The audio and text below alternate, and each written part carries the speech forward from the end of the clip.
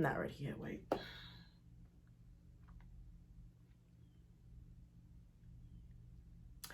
I think it's time to address the elephant in the room.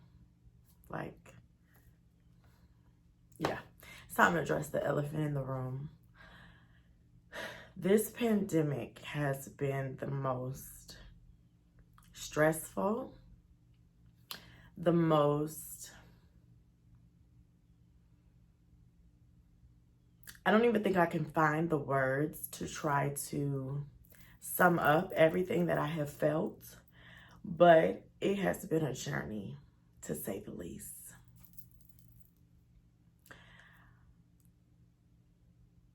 I thought I was fine. I thought that, going into this pandemic, as long as I stayed safe, I washed my hands, I stayed home. I made sure that when I did go out, I was wearing a mask. I sanitized and washed my hands. Once I came home, I practiced social distancing. I did all of those things. But then all of a sudden, it just hit me. What if this is our new norm? What if this is something that we're going to have to survive through for another 6 months, year, or for the rest of our lives? Never thought going into this pandemic that I would feel as though I was a prisoner in my own home. You know, when the pandemic first happened, me and my friends that were quarantining together, we made sure to check on each other as far as, hey, did you eat? Do you need anything? Are you able to do the simple things as go buy toilet paper, paper towels, bleach, alcohol, cleaning supplies? But then it got to the point where things needed to settle down and we all needed to go to our respective places. And once we went to our respective places, now you are dealt with having to deal with the emotions of the pandemic. Everything else that is going on outside of this world as far as police brutality,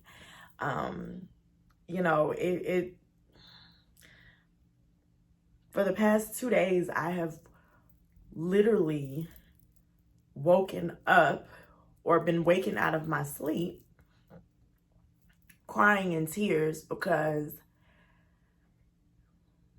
I cannot think past a world that I know now. It's scary. It's hard. It's tough. And how do you stay encouraged in a time like this when all you see is someone that looks like me, skin tone, is yet again murdered at the hands of a police officer? It's not fair. It doesn't feel good. It doesn't feel right. To say that I live in America is disgusting. It's a disgrace. It's something that, at times you think about and you're like, well, why was I so fortunate? But then again, it's one of those things where it's like, but are we really fortunate? Because it seems like we just cannot get it together. Working together seems to do nothing when it's so much evil and so much corruption. Like COVID-19 was the least of our worries. COVID-19 was the least of our worries. Now I'm worried again if it's even safe to go back into the world when all of the COVID-19 pandemic issues that we're having calm down. Only thing that I can think of, or only thing that I can really wrap my mind around, is the fact that I have to do what I need to do for self as far as unplugging from social media when needed. Speaking up until speaking up gives me anxiety or frustration, rage or anger to the point where I can't even express my words without wanting to cry or wanting to fight or wanting to just say F the world and F everybody. You know, I at times find myself asking God, why? Why are the Blacks the chosen people? Why are we the ones that are hated so much but loved for the things that we contribute to this world? I do not have all the answers. I do not know all the answers. And clearly, I don't even know if the answers will be answered.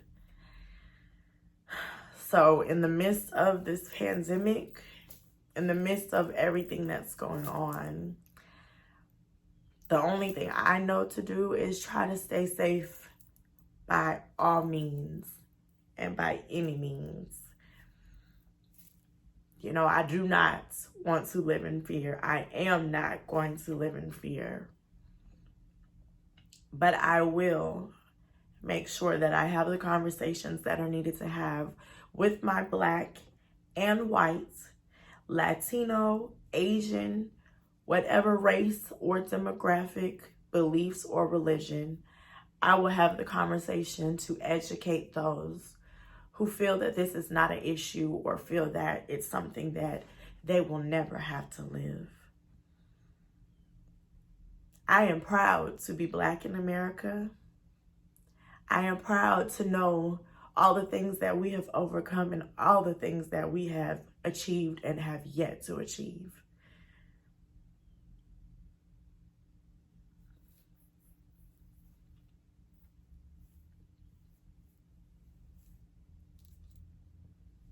But being Black in America is hard.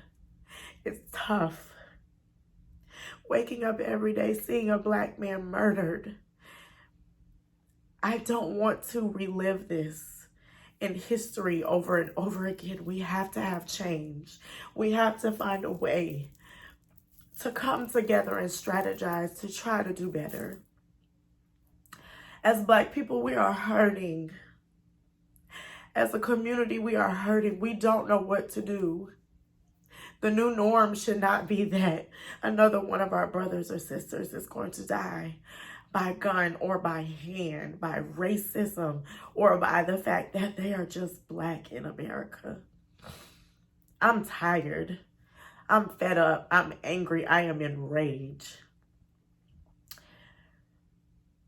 But at the end of the day, I still find the courage and the guts to raise my head high and know that it may not look like it right now, but one day we're going to overcome.